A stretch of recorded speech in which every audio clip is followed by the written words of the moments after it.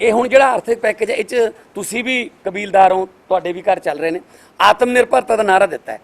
ਜੇ ਇੱਕ ਪਰਿਵਾਰ ਨੂੰ ਆਪਾਂ ਆਤਮ ਨਿਰਭਰ ਦੇਖਣਾ ਹੋਵੇ, ਉਹ ਪਰਿਵਾਰ ਹੁੰਦਾ ਆਤਮ ਨਿਰਭਰ ਜਿਹੜਾ ਆਪਣੇ ਬੱਚਿਆਂ ਦੀ ਪੜ੍ਹਾਈ ਕਰਾ ਸਕਦਾ ਹੈ, ਜਿਹੜਾ ਜੇ ਕੋਈ ਬਿਮਾਰ ਹੁੰਦਾ ਹੈ ਪਰਿਵਾਰ 'ਚੋਂ ਤਾਂ ਉਹਦੇ ਇਲਾਜ ਵਾਸਤੇ ਉਹਦੇ ਕੋਲ ਪੈਸਾ ਹੈਗਾ। ਤੇ ਕਬੀਲਦਾਰੀ ਨੂੰ ਆਪਣੇ ਬਲਬੂਤੇ ਤੇ ਚਲਾਉਣ ਨੂੰ ਆਤਮ ਨਿਰਭਰਤਾ ਕਹਿੰਦੇ ਨੇ।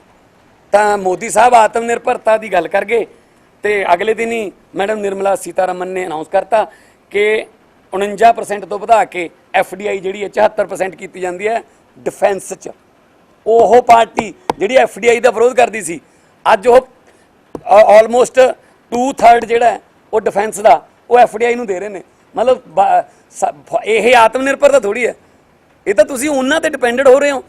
ਬਲਕਿ ਮਤਲਬ ਉਹਨਾਂ ਮੁਲਕਾਂ ਨੂੰ ਪਤਾ ਹੋਊਗਾ ਸਾਡੇ ਕੋਲ ਕਿਹੜਾ ਗੋਲਾ ਬਰੂਦ ਹੈ, ਕਿਹੜੀ ਤੋਪ ਹੈ, ਕਿਹੜੇ ਜਹਾਜ਼ ਨੇ, ਕਿਹੜਾ ਸਾਡੇ ਕੋਲ ਡਿਫੈਂਸ ਇਹਨਾਂ ਨੇ ਜਿਹੜਾ ਉਹ ਗਿਰਵੀ ਰੱਖਤਾ।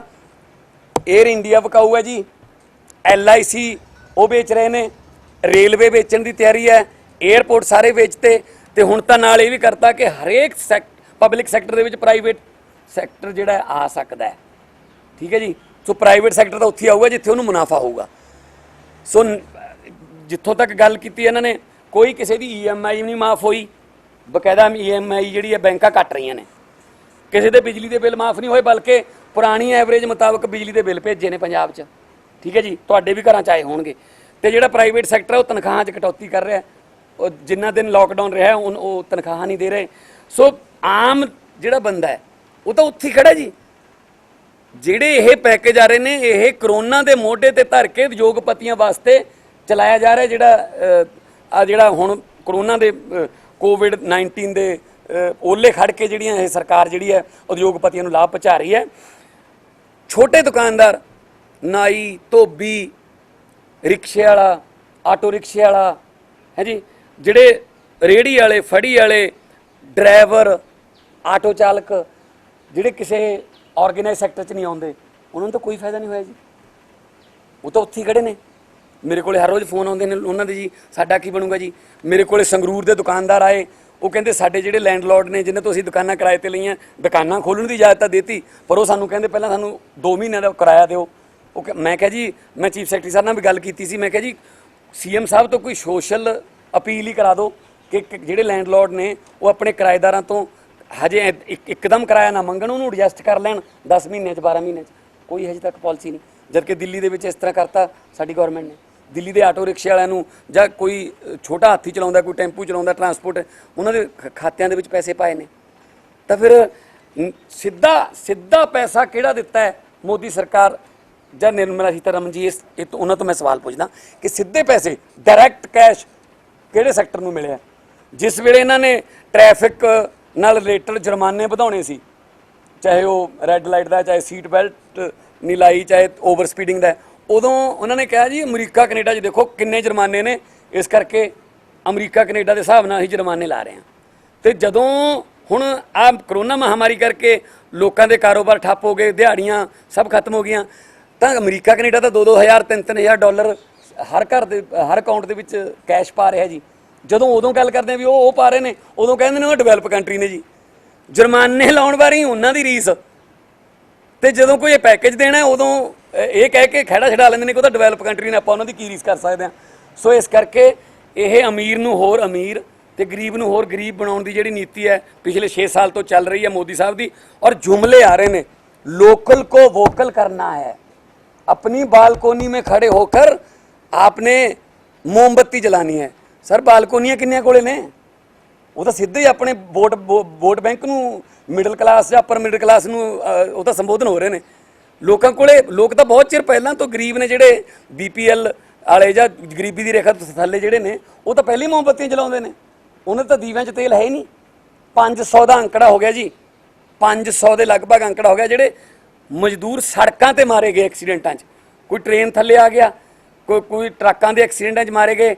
लोग 3-3 हज़ार किलोमीटर तुरन वास्ते अपने, तुसीं देखदे हो किस तरह दियां मतलब साडे देश दियां आज़ादी तो बाद दियां तस्वीरां आ रही ने कि सूट केसां दे उत्ते बच्चे लिटे हुए ने ते सूट केस नूं खिच के मां लेके जा रही है। कि 70 सालां 72 सालां दी आज़ादी 'च असीं आ कमाया जी। ते इत्थे जिहड़े पंजाब दी है, पंजाब दी इनकम जिहड़ी है वो जां तां एक्साइज तो है, जां माइनिंग तो है, जां रेवन्यू है। ਜਿਹੜਾ ਆਪਣਾ ਤਹਿਸੀਲਦਾਰਾਂ ਤਹਿਸੀਲਾਂ ਵਾਲਾ, ਉਹ ਤਿੰਨੇ ਜਿਹੜੇ ਸੈਕਟਰ ਨੇ ਉਹ ਇਹਨਾਂ ਨੇ ਫੇਲ ਕਰਤੇ। ਈਵਨ ਇਹਨਾਂ ਦੇ ਆਪਦੇ ਐਮਐਲਏ ਪ੍ਰਗਟ ਸਿੰਘ ਜੀ ਬੋਲ ਰਹੇ ਸੀ ਕਿ ਕੁਛ ਨਾ ਕੁਛ ਤਾਂ ਕਰ ਲਓ, ਕਿਹੜਾ ਮੂੰਹ ਲੈ ਕੇ ਲੋਕਾਂ ਜਾਵਾਂਗੇ। ਲੜਨਾ ਸੀ ਕਰੋਨਾ ਨਾਲ, ਮੰਤਰੀ ਆਪਸ 'ਚ ਲੜੀ ਜਾਂਦੇ ਆ ਤੇ 3 ਸਾਲ ਉਹੀ ਨੀਤੀ ਚੱਲਦੀ ਰਹੀ। ਹੁਣ ਪਤਾ ਨਹੀਂ ਅਚਾਨਕ ਕਿਵੇਂ ਪੰਜਾਬ ਦਾ ਹੇਜ ਇਹਨਾਂ ਨੂੰ ਜਾਗਿਆ ਕਿ ਲੜਾਈ ਕਰ ਲਈ। ਅਸਲ 'ਚ ਕੀ ਆ, ਹੁਣ ਅੱਗੇ ਲੋਕ ਜਿਹੜੇ ਨੇ ਇਹਨਾਂ ਨੂੰ ਦੇਖ ਰਹੇ ਨੇ ਕਿ ਸਾਨੂੰ ਨਹੀਂ ਵੜਨ ਦੇਣਗੇ ਪਿੰਡਾਂ 'ਚ, ਤਾਂ ਕਰਕੇ ਇਹ ਹੁਣ ਪੰਜਾਬ ਦਾ ਜਿਹੜਾ ਮੋਹ ਜਿਹੜਾ ਇਹਨਾਂ ਨੂੰ ਜਾਗਿਆ। ਆਲਰੇਡੀ ਜਿਹੜਾ ਬੈਂਕਾਂ ਬਰਬਾਦ ਹੋ ਗਈਆਂ ਤੇ ਕੈਪਟਨ ਸਾਹਿਬ, ਮੈਂ ਕਈ ਵਾਰੀ ਪੁੱਛਿਆ ਵੀ ਹੈ, ਮੈਂ ਪਿਛਲੇ 1 ਹਫ਼ਤੇ ਤੋਂ ਕੋਸ਼ਿਸ਼ ਵੀ ਕਰ ਰਿਹਾ ਜੀ ਫੋਨ ਕਰਨ ਦੀ। ਕੈਪਟਨ ਸਾਹਿਬ ਆਪਦੀ ਲੋਕੇਸ਼ਨ ਤਾਂ ਜਨਤਕ ਕਰ ਦੇਣਾ ਕਿ ਉਹ ਕਿਹੜੇ ਫਾਰਮ ਹਾਊਸ ਤੇ ਨੇ। ਤੁਸੀਂ ਹੁਣ ਫੋਨ ਲਾ ਲਓ, ਜਿਹੜਾ ਨੰਬਰ ਆਫੀਸ਼ੀਅਲੀ ਸੀਐਮ ਹਾਊਸ ਦਾ ਦਿੱਤਾ ਹੋਇਆ, ਉੱਥੋਂ ਤੁਹਾਨੂੰ ਜਵਾਬ ਹੋਊਗਾ ਇਸ ਫਾਰਮ ਹਾਊਸ ਤੇ ਨੇ। ਫਾਰਮ ਹਾਊਸ ਦਾ ਨੰਬਰ ਦੇ ਦਿਓ ਜੀ, ਫਾਰਮ ਹਾਊਸ ਤੇ ਫੋਨ ਕਰੋਗੇ ਜੀ, ਦੂਜੇ ਫਾਰਮ ਹਾਊਸ ਤੇ ਨੇ। ਕਿਰਪਾ ਕਰਕੇ ਕੈਪਟਨ ਸਾਹਿਬ, ਇਹ ਬਹੁਤ ਸੰਕਟ ਦਾ ਮੌਕਾ ਚੱਲ ਰਿਹਾ। ਆਪਦੇ 2-3 ਫੇਵਰੇਟ ਮੰਤਰੀਆਂ ਜਾਂ 2-3 ਫੇਵਰੇਟ ਅਫਸਰਾਂ ਨਾਲ ਵੈਬ ਕਾਨਫਰੰਸ ਨਾਲ ਨਹੀਂ ਚੱਲਣਾ। ਤੁਸੀਂ ਜਿੰਨੇ ਦਿਨ ਕਰਫਿਊ ਵਧਾਇਆ ਉਹਦੇ 'ਚ ਕੀ ਖੱਟਿਆ ਸੀ? ਐਂਬੂਲੈਂਸਾਂ ਦੀ ਹਾਲਤ ਕਿਸੇ ਤੋਂ ਲੁਕੀ ਨਹੀਂ ਹੋਈ, ਹਸਪਤਾਲਾਂ ਦੀ ਹਾਲਤ ਅੱਜ ਵੀ ਉਹੀ ਹੈ, ਨਰਸਾਂ ਅੱਜ ਵੀ ਧਰਨੇ ਦੇ ਰਹੀਆਂ ਨੇ। ਸੋ ਪੰਜਾਬ ਜਿਹੜਾ ਹੁਣ ਉਹ ਸਿਰ ਤੋਂ ਪਾਣੀ ਲੰਘ ਗਿਆ। ਮੈਂ ਸਾਰੇ ਪੰਜਾਬੀਆਂ ਨੂੰ ਬੇਨਤੀ ਕਰਨਾ ਚਾਹੂੰਗਾ ਤੁਹਾਡੇ ਜ਼ਰੀਏ ਕਿ ਜੇ ਹੁਣ ਨਾ ਆਪਾਂ ਇਕਮੁੱਠ ਹੋਏ, ਜੇ ਹੁਣ ਵੀ ਆਪਾਂ ਇਹ ਕਹਿੰਦੇ ਰਹੇ ਵੀ ਚਲੋ ਇਹਨਾਂ ਨਾਲ ਚੱਲਦੇ ਹਾਂ, ਸਾਡਾ ਪਰਿਵਾਰ ਪਹਿਲਾਂ ਤੋਂ ਇਹਨਾਂ ਨਾਲ ਚੱਲਦਾ ਆ ਰਿਹਾ ਹੈ, ਇੱਧਰ ਚੱਲਦੇ ਹਾਂ ਜੀ ਸਾਡੇ ਕਈ ਕੰਮ ਹੋ ਜਾਣਗੇ, ਜੇ ਆਪਾਂ ਇਸ ਤਰ੍ਹਾਂ ਦੇ ਨਿੱਜੀ ਸਵਾਰਥਾਂ ਪਿੱਛੇ ਅੱਜ ਵੀ ਇਹਨਾਂ ਦੋਨਾਂ ਲੁਟੇਰੀਆਂ ਪਾਰਟੀਆਂ ਦੇ ਪਿੱਛੇ ਲੱਗਦੇ ਰਹੇ, ਤਾਂ ਪੰਜਾਬ ਦਾ ਨਕਸ਼ਾ ਦੁਨੀਆ ਦੇ ਨਕਸ਼ੇ ਤੋਂ ਮਿਟਾ ਦੇਣਗੇ। ਕੋਈ ਕੁਦਰਤੀ ਸੋਮਾ ਨਹੀਂ ਛੱਡਿਆ ਲੁੱਟਣ ਵੱਲੋਂ। ਅੱਜ ਉਹੀ ਪੰਜਾਬ ਜਿਹੜਾ ਸਾਰੇ ਮੁਲਕ ਦਾ ਢਿੱਡ ਭਰਦਾ ਹੁੰਦਾ ਸੀ, ਅੱਜ ਉਹ ਪੰਜਾਬ ਜਿਹੜਾ ਉਹ ਭੁੱਖਮਰੀ ਦਾ ਸ਼ਿਕਾਰ ਹੋ ਰਿਹਾ ਹੈ। ਔਰ ਕੇਂਦਰ ਦੀਆਂ ਮਿੰਨਤਾਂ ਕਰੀ ਜਾਂਦੇ ਆ ਕਿ ਸਾਨੂੰ ਕੁਝ ਰਾਹਤ ਦੇ ਦਿਓ ਜੀ, ਸਾਡੇ ਹੀ ਪੈਸੇ ਦੇ ਦਿਓ ਜੀ। ਸੋ ਇਸ ਕਰਕੇ ਇਸ ਤਰਾਸ਼ਦੀ ਤੇ ਅੱਜ ਮੈਂ ਤੁਹਾਡੇ ਨਾਲ ਗੱਲ ਕਰਨ ਆਇਆ। ਜੇ ਕਿਸੇ ਦਾ ਕੋਈ ਸਵਾਲ ਹੈ ਤਾਂ ਮੈਂ ਵੈਲਕਮ ਕਰੂੰਗਾ। ਕੋਈ ਸਵਾਲ ਪੁੱਛਣਾ ਚਾਹੁੰਦਾ?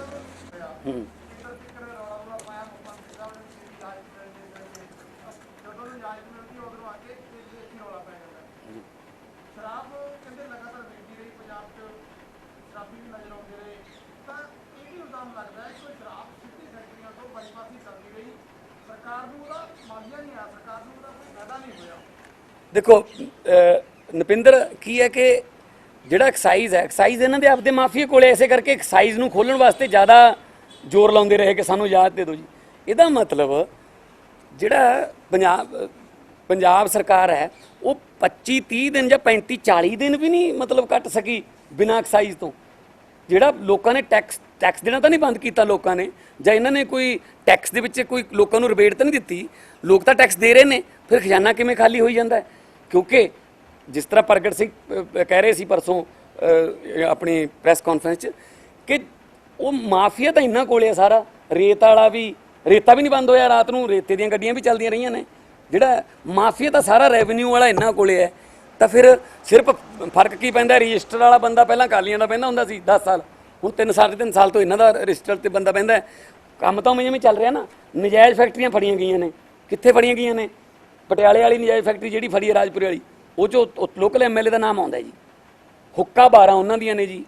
ਹੈ ਜੀ, ਜਿਹੜੀ ਵੀ ਨਜਾਇਜ਼ ਆਈ ਹੈ, ਚਾਹੇ ਹਰਿਆਣੇ ਤੋਂ ਆਈ ਹੈ, ਚਾਹੇ ਉਹ ਪੰਜਾਬ ਦੀਆਂ ਡਿਸਟਿਲਰੀਆਂ 'ਚੋਂ ਆਈ ਹੈ ਨਾ, ਫਿਰ ਨਜਾਇਜ਼ ਸ਼ਰਾਬ ਦਾ ਤਾਂ ਇਹਨਾਂ ਨੂੰ ਪਤਾ ਹੋਊਗਾ ਨਾ। ਇਹ ਕਿਵੇਂ ਹੋ ਸਕਦਾ ਕਿ ਇਹਨਾਂ ਦੇ ਨੱਕ ਹੇਠਾਂ ਦਾ ਕੰਮ ਹੋਈ ਜਾਵੇ, ਇਹਨਾਂ ਨੂੰ ਪਤਾ ਨਾ ਹੋਵੇ? ਸਭ ਪਤਾ ਹੈ। ਆਪਣੇ ਬੰਦਿਆਂ ਨੂੰ ਤੋਂ ਹੀ ਇਹ ਕੰਮ ਕਰਾਉਂਦੇ ਨੇ, ਨਕਲੀ ਦਾ ਵੀ ਆਪਣੇ ਬੰਦਿਆਂ ਤੋਂ। ਜਿਹੜੇ ਨੇ ਪਿਛਲੇ ਹੁਣ 3600 ਕਰੋੜ ਦਾ ਘਾਟਾ ਹੋਇਆ ਜੀ। ਕਾਰਪੋਰੇਸ਼ਨ ਬਣਾਉਣ ਦੀ ਗੱਲ ਪਹਿਲੇ ਸਾਲ ਚੱਲੀ ਸੀ, ਨਹੀਂ ਬਣਾਈ, ਤਾਂ ਹੁਣ ਸਾਲ ਦੇ ਵਿੱਚ ਕੀ ਕਰ ਲੈਣਗੇ? ਸੋ ਕੈਪਟਨ ਸਾਹਿਬ ਅਜੇ ਵੀ ਅਫਸਰਾਂ ਦਾ ਸਾਥ ਦੇ ਰਹੇ ਨੇ। ਕੈਪਟਨ ਸਾਹਿਬ ਨੇ ਕੱਲ੍ਹ ਜਿਹੜੀ ਕੈਬਨਿਟ ਦੀ ਕੋਈ ਸਾਥੀ ਬੁਲਾਏ ਸੀ, ਆਪਦੇ ਫੇਵਰੇਟ ਬੁਲਾ ਕੇ ਉਹਦੇ ਵਿੱਚ ਫੇਰ ਕਰਨ ਅਵਤਾਰ ਹੋਰੀ ਬੈਠੇ ਸੀ। ਸੋ ਚੰਨੀ ਹੋਰਾਂ ਦਾ ਰੌਲਾ ਜਾਂ ਮਨਪ੍ਰੀਤ ਬਾਦਲ ਹੋਰਾਂ ਦਾ ਜਿਹੜਾ ਰੌਲਾ ਹੈ, ਮੈਨੂੰ ਨਹੀਂ ਲੱਗਦਾ ਕਿ ਉਹ ਕਿਸੇ ਮੁਕਾਮ ਤੇ ਪਹੁੰਚੂਗਾ। ਹੈ ਜੀ, ਹਾਂ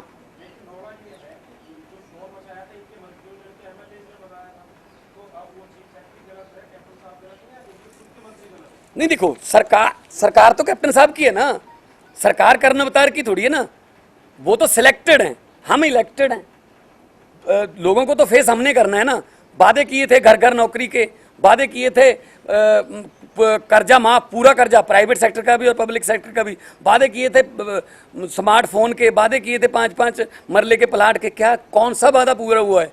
सो इस मतलब ये खजाना मंत्री पंजाब का सिर्फ ये बताने के लिए बनता है कि खजाना खाली है। 3.5 साल में अगर इनसे खजाना पूरा नहीं हुआ तो अब कैसे करेंगे 1 साल में? देखो एक्साइज पॉलिसी जो है जो नहीं बनाई उसके लिए कैप्टन साहब खुद जिम्मेदार हैं। कैप्टन साहब के पास वो मंत्री भी हैं, एक्साइज मिनिस्ट्री भी उनके पास है और कर्णवतार एक्साइज एंड टैक्सेशन उनके पास है। तो अगर मनप्रीत बादल और चरणजीत चन्नी ये कह रहे हैं कि अगर कर्णवतार जी ऐसी पॉलिसियां बनाएंगे तो कैबिनेट बुलाने का क्या फ़ायदा, हमसे तो सिर्फ साइन करवाते हैं, इसका मतलब समथिंग इज़ वेरी सीरियस। और पंजाब के कुदरती सोमे जो चाहे वो सैंड है चाहे वो ट्रांसपोर्ट है, ऑलरेडी वो मतलब माफिया के हाथ में चले गए हैं। कैप्टन सरकार को इसका जिम्मे क्लीन चिट कैसे दे दी उन्होंने?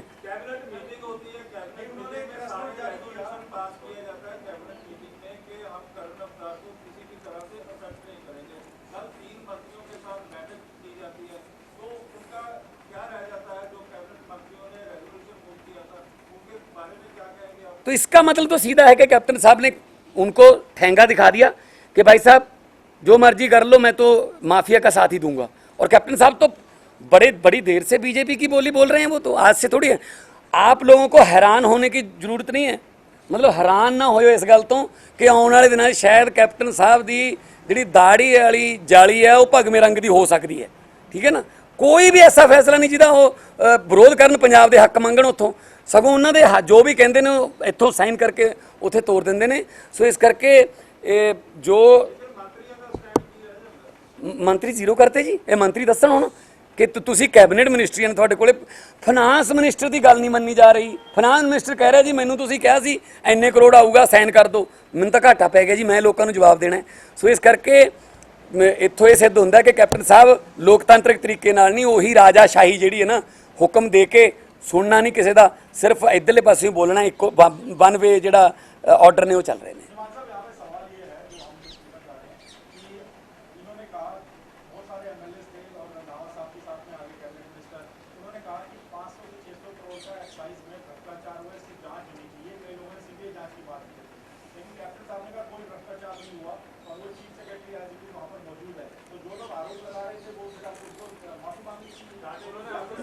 नहीं, नॉट ओनली 500 करोड़ नहीं है, मतलब 3600 करोड़ का तो टोटल है।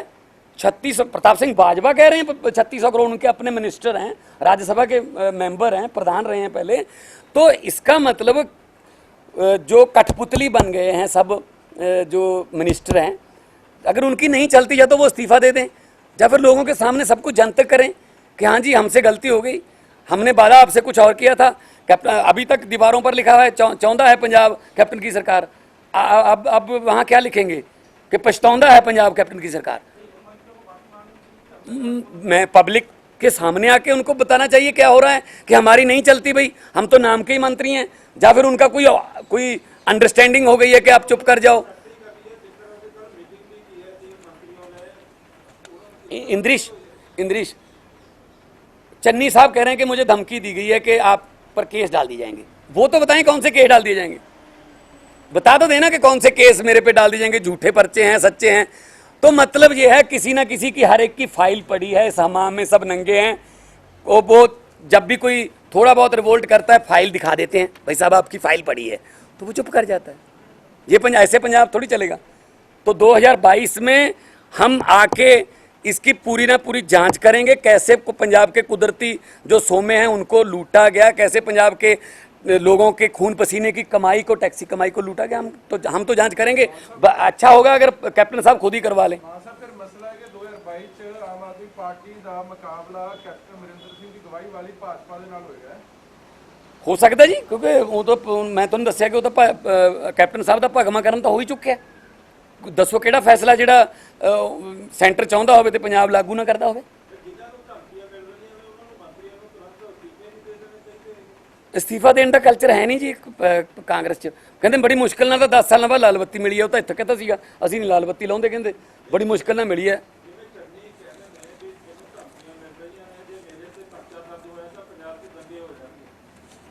ਦੇਖੋ ਜਿਸ ਤਰੀਕੇ ਨਾਲ ਉਹਨਾਂ ਨੇ ਕਿਹਾ ਹੈ, ਮੈਂ ਜੇ ਤਾਂ ਸੱਚੀ ਮੁੱਚੀ ਉਹਨਾਂ ਨੂੰ ਇਸ ਤਰ੍ਹਾਂ ਦਬਕਾਇਆ ਗਿਆ ਹੈ, ਤਾਂ ਮੈਂ ਉਹਦੀ ਸਖਤ ਸ਼ਬਦਾਂ 'ਚ ਨਿੰਦਾ ਕਰੂੰਗਾ ਕਿ ਇੱਕ ਮਿਨਿਸਟਰ ਜਿਹੜਾ ਜੇ ਕੋਈ ਆਵਾਜ਼ ਉਠਾਉਂਦਾ ਹੈ ਤਾਂ ਉਹਨੂੰ ਇਸ ਤਰ੍ਹਾਂ ਦਬਾਇਆ ਜਾਵੇ ਵੀ ਚੁੱਪ ਕਰ ਜਾ, ਨਹੀਂ ਤਾਂ ਤੈਨੂੰ ਤੇਰੇ ਤੇ ਕੇਸ ਪਾ ਦਾਂਗੇ। ਕੈਪਟਨ ਸਾਹਿਬ ਨੇ ਖੁਦ ਨੇ ਕਿਹਾ ਸੀਗਾ ਵਿਧਾਨ ਸਭਾ 'ਚ ਕਿ ਤੁਸੀਂ ਰੇਤੇ ਬਾਰੇ ਮਾਮਲਾ ਨਾ ਉਠਾਓ, ਮੈਂ ਤੁਹਾਡੇ ਵੀ ਨਾਂ ਲੈ ਦੂੰਗਾ ਅਕਾਲੀ ਦਲ ਦੇ।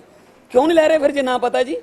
ਇਹਦਾ ਮਤਲਬ ਤੁਸੀਂ ਵੀ ਚੋਰ ਹੋ ਤਾਂ ਸਾਨੂੰ ਚੋਰੀ ਕਰਨ ਤੋਂ ਹਟਾਓ ਨਾ। ਸੋ ਇਹ ਇਸ ਨੀਤੀ ਤੇ ਪੰਜਾਬ ਚੱਲ ਰਿਹਾ ਹੈ। ਸੁਖਬੀਰ ਸਿੰਘ ਬਾਦਲ ਪਤਾ ਨਹੀਂ ਕਿੱਥੇ ਨੇ, ਵਿਰੋਧੀ ਧਿਰ ਜਿਹੜੀ ਹੈ ਆਮ ਆਦਮੀ ਪਾਰਟੀ ਵੱਲੋਂ ਅਸੀਂ ਤਾਂ ਚਾਹੇ ਸੜਕਾਂ ਤੇ, ਚਾਹੇ ਵਿਧਾਨ ਸਭਾ, ਚਾਹੇ ਪਾਰਲੀਮੈਂਟ 'ਚ ਜਿੱਥੇ ਵੀ ਪੰਜਾਬ ਦੇ ਹੱਕਾਂ ਦੀ ਗੱਲ ਕਰਨੀ ਪਊਗੀ ਅਸੀਂ ਕਰਾਂਗੇ। ਇਹਨਾਂ ਤੋਂ ਕੋਈ ਉਮੀਦ ਨਹੀਂ। ਹੁਣ ਤਾਂ ਜੋ ਅੱਜ ਪੰਜਾਬ ਦੀ ਹਾਲਾਤ ਨੇ, ਮਤਲਬ ਜੇ ਕਿਸੇ ਨਾਲ ਵੀ ਗੱਲ ਕਰ ਲਈਏ ਤਾਂ ਇਸ ਤਰ੍ਹਾਂ ਦਾ ਉਦਾਸ ਪੰਜਾਬ ਤੇ ਇਸ ਤਰ੍ਹਾਂ ਦਾ ਕੰਗਾਲ ਪੰਜਾਬ ਕਦੇ ਨਹੀਂ ਦੇਖਿਆ ਗਿਆ ਸੀ। ਹਾਂਜੀ ਕਲਸਟਰ ਬਣਾਉਣ, ਹਾਂ ਨਹੀਂ ਬਣਾਉਂਦੇ ਕਿਹੜੇ ਆ? ਜਿੰਨੇ PSU ਬਣਾਏ ਸੀਗੇ 47 ਤੋਂ ਲੈ ਕੇ ਜਿੰਨੇ PSU ਬਣਾਏ ਸੀ ਅੱਜ ਦੀ ਡੇਟ 'ਚ ਵਿਕਾਊ ਨੇ ਸਾਰੇ। ਭੇਲ ਵੀ ਵੇਚਤੀ। ਕਲਸਟਰ ਨਹੀਂ, 2-2000 ਏਕੜ ਤੇ ਉਹ ਪਤਾ ਕਿ ਰਿਲਾਇੰਸ ਐਗਰੋ ਆਊਗੀ ਨਾ, ਵੱਡੇ ਪੱਧਰ ਤੇ ਖੇਤੀ ਕਰਨਗੇ, ਛੋਟਾ ਮਾਰਿਆ ਜਾਊਗਾ। ਠੀਕ ਹੈ ਨਾ, ਛੋਟਾ ਦੁਕਾਨਦਾਰ, ਛੋਟਾ ਆੜਤੀਆ, ਛੋਟਾ ਸ਼ੈਲਰ ਵਾਲਾ, ਪੱਲੇਦਾਰ ਹੈ ਜੀ, ਜਿੰਨੀ ਵੀ ਲੇਬਰ ਹੈ, ਕਿਸਾਨ ਛੋਟਾ, ਸਭ ਮਾਰੇ ਜਾਣਗੇ ਜੀ। ਜਦੋਂ 2 ਸਾਲਾਂ ਦੇ ਵਿੱਚ ਉਹਨਾਂ ਦਾ ਕੰਪੀਟੀਟਰ ਹੀ ਨਾ ਕੋਈ ਰਿਹਾ, ਉਹ ਤੋਂ ਬਾਅਦ ਉਹ ਮਨਮਾਨੀਆਂ ਕਰਨਗੇ। ਪਹਿਲਾਂ ਵੀ ਇਹੀ ਕਰਦੇ ਆਉਂਦੇ ਨੇ ਉਹ। ਸੋ ਇਸ ਕਰਕੇ ਮੈਨੂੰ ਇਹ ਲੱਗਦਾ ਕਿ ਇਸ ਮਹਾਮਾਰੀ ਦੇ ਵਿੱਚੋਂ ਵੀ ਉਦਯੋਗਪਤੀ ਜਿਹੜੇ ਨੇ ਉਹ ਫਾਇਦਾ ਦੇਖ ਰਹੇ ਨੇ ਤੇ ਸਰਕਾਰ ਉਹਨਾਂ ਦੀ ਹੈਲਪ ਕਰ ਰਹੀ ਹੈ। ਨਹੀਂ PSU ਥੋੜੀ ਹੈ ਕਲਸਟਰ ਭਾਈ। 5000 ਏਕੜ ਅਕਵਾਇਰ ਕਰ ਲਈ, ਖੇਤੀ ਕਰਨੀ ਹੈ, ਵਿੱਚ ਮੇਰੀ ਆਉਂਦੀ ਹੈ 15 ਕਿੱਲੇ, ਤੁਹਾਡੀ ਆਉਂਦੀ ਹੈ 20 ਕਿੱਲੇ। ਤੁਸੀਂ ਅਲੱਗ ਤਾਂ ਖੇਤੀ ਕਰ ਨਹੀਂ ਸਕਦੇ ਹੁਣ, ਜਦੋਂ ਆਲੇ ਦੁਆਲੇ ਤੁਹਾਡੇ ਕੁਝ ਹੋਇਆ ਹੀ ਨਹੀਂ। ਖੇਤੀ ਨਹੀਂ ਕਰ ਰਹੇ, ਲੀਜ਼ ਤੇ ਲੈਣਗੇ ਨਾ ਜੀ।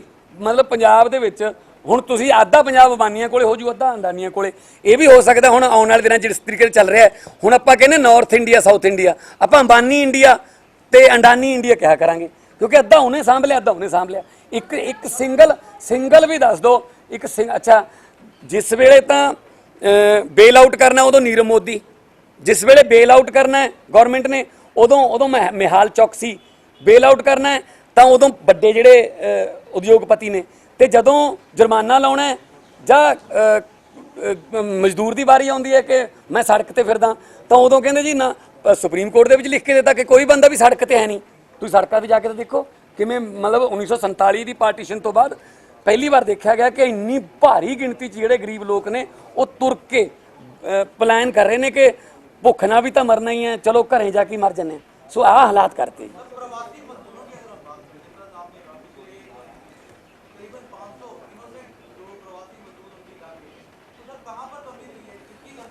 सर 4 घंटे के मतलब 4 घंटे के टाइम में लॉकडाउन कर दिया।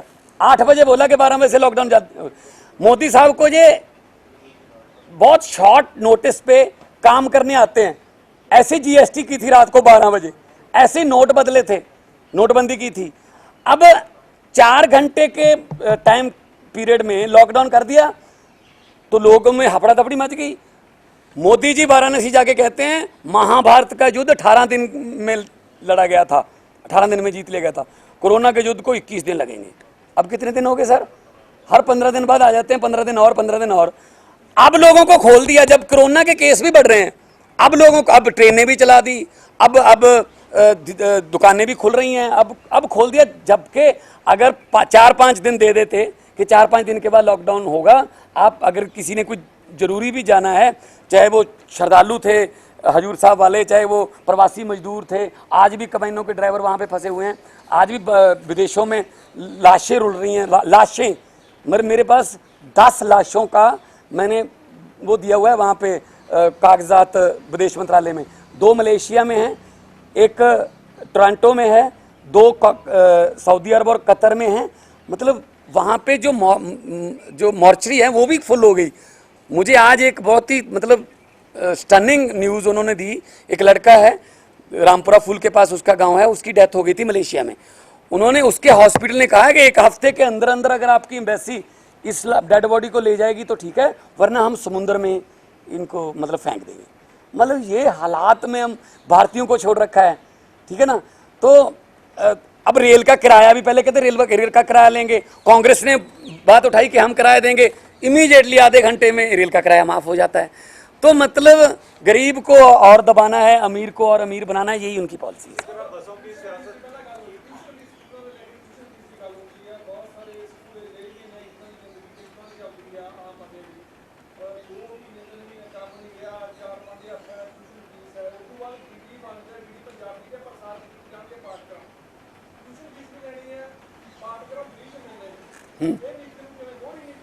देखो पहली गल तो जो रिजर्व फंड होंगे स्कूलों का 1.5 लाख करोड़ के लगभग पे है जी, वो जारी कर देन तो प्राइवेट जो स्कूल ने अपने टीचर की तनख्वाह दे देंगे, ठीक है ना। तो दिल्ली के भी तो इदा ही किया ना, दिल्ली के ऑनलाइन क्लासा चलदियाँ ने, ठीक है ना, बड़े अच्छे तरीके वैल मैनेज। पर दिल्ली के एजुकेशन तो हैल्थ से 5 साल पहला जो काम होया वो करके दिल्ली अच्छा कर रहा है, क्योंकि ऑलरेडी हॉस्पिटल तो स्कूलों से काम हो रहा है। उस विषय पर असी इलैक्शन लड़ी है 2020 की, तो जिते भी हाँ।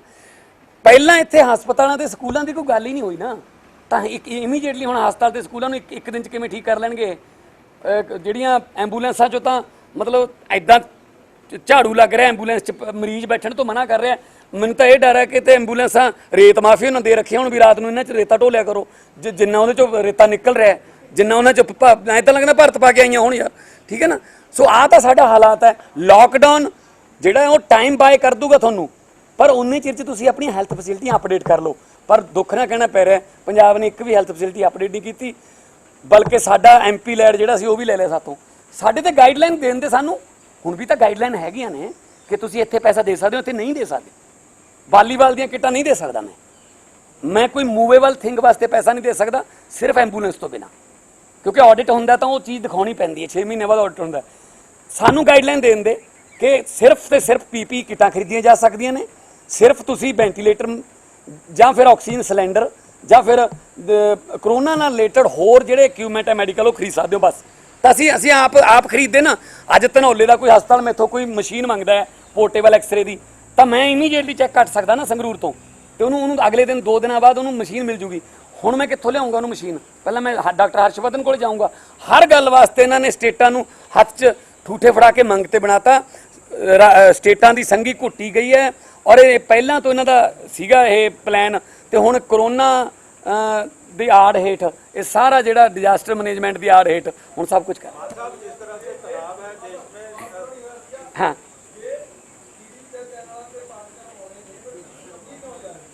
नहीं मैं यही नहीं देखो हुण ये कहंदे ने जी सिर्फ ट्यूशन फीस लैनी है ऑनलाइन दी, ते जे ऑनलाइन चलो ऑनलाइन तो सर्वर ते भी खर्चा हुंदा उन्हां दा, कोई जूम जां कोई होर लैंदे होणगे, बट जे हरेक चैनल अपना हरेक क्लास वास्ते एक चैनल ही आ गया, ठीक है ना, तो फिर तो मेरे ख्याल च नहीं कोई इस तरह का होगा भी ट्यूशन फीस या कोई होर इस तरह की होवे। बेल आउट नहीं करनगे। स्कूल किन्हां दे ने? स्कूल फिर लीडरां दे ने। स्कूल तुसीं प्राइवेट स्कूलों चले जाओ, सरकारी स्कूल क्यों फेल किए? ताकि प्राइवेट सैक्टर नूं मिल जे, कस्टमर मिल जे। सरकारी हस्पताल क्यों फेल किए? ताकि 5 स्टार हॉस्पिटल जिहड़े खुले ने उन्होंने कस्टमर मिल जाए, मार्केटिंग मिल जाए। सो इस करके ये सब कुछ राजनीति ते ਜਿਹੜੇ ਬਿਊਰੋਕ੍ਰੇਸੀ ਮਿਲੇ ਹੋਏ ਨੇ ਸਾਰੇ ਪੰਜਾਬ ਦੇ ਵਿੱਚ। ਤਾਂ ਮੇਰੇ ਖਿਆਲ 'ਚ ਇਦੋਂ ਵੱਡੀ ਉਦਾਹਰਨ ਨਹੀਂ ਹੋ ਸਕਦੀ ਕਿ ਚੀਫ ਸੈਕਟਰੀ ਨੂੰ ਅਟੈਂਡ ਜਿਹੜੀ ਮੀਟਿੰਗ ਉਹ ਅਟੈਂਡ ਕਰੂਗਾ, ਅਸੀਂ ਉੱਥੇ ਨਹੀਂ ਜਾਵਾਂਗੇ। ਕੈਬਨਿਟ ਮਿਨਿਸਟਰ ਕਹਿ ਰਹੇ ਨੇ ਤਾਂ किसको? हाँ हाँ हाँ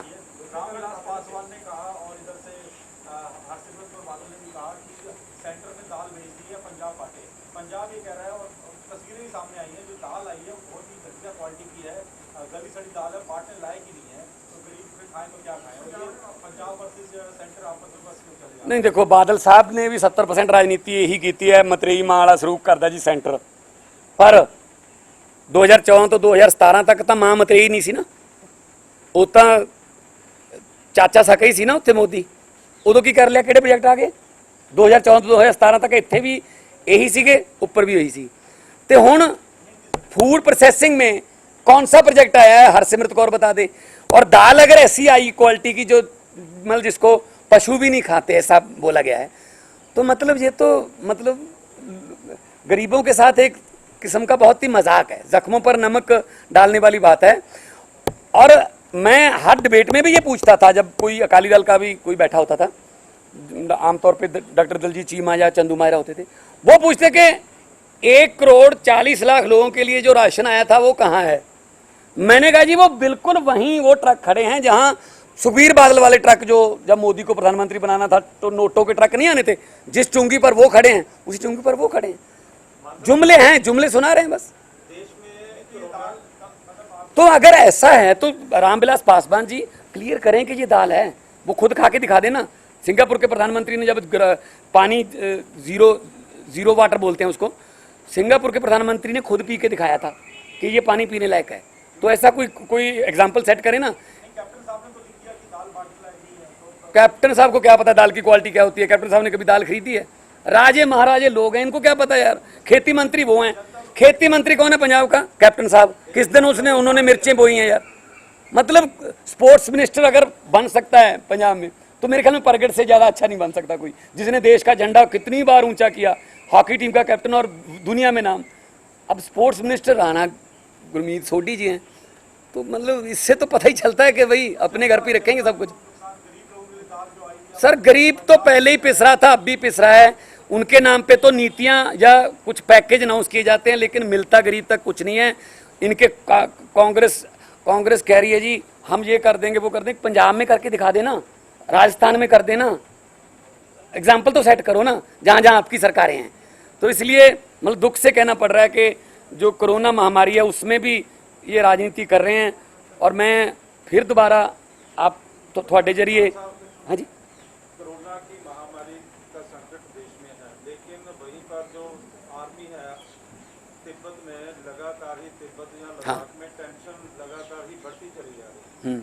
देखो इधर से भी अगर बॉर्डर की बात करें तो पाकिस्तान से भी बहुत बार सीज फायर की उल्लंघना हुई है, और चाइना वाले जो तिब्बत वाला साइड है वहाँ पे तो टेंशन है। तो मतलब एक तरफ तो हम ये कह रहे हैं कि चाइना जो अगर अब फेल होगा ना तो हम कामयाब होंगे। अरे ये दिन में सपने देख रहे हैं।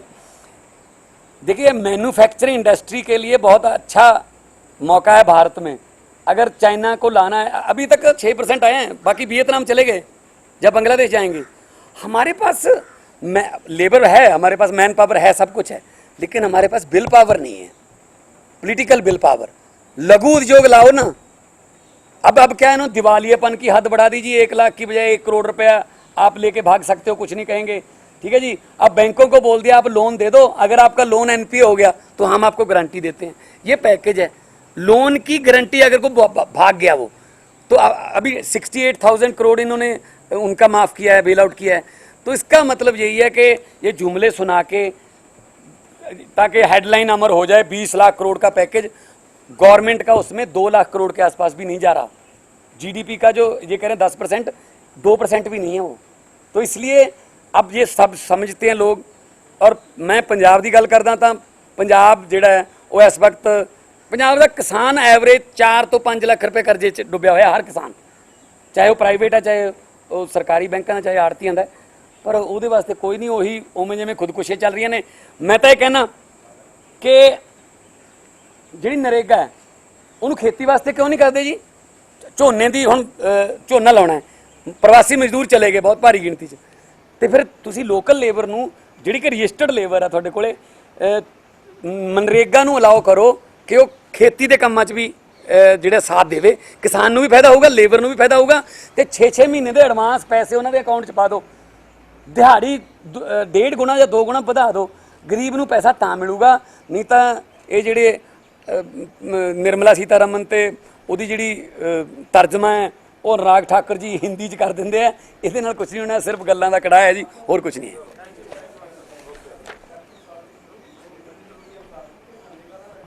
कदों नहीं चिट्ठी कल लिखी है ना चिट्ठी,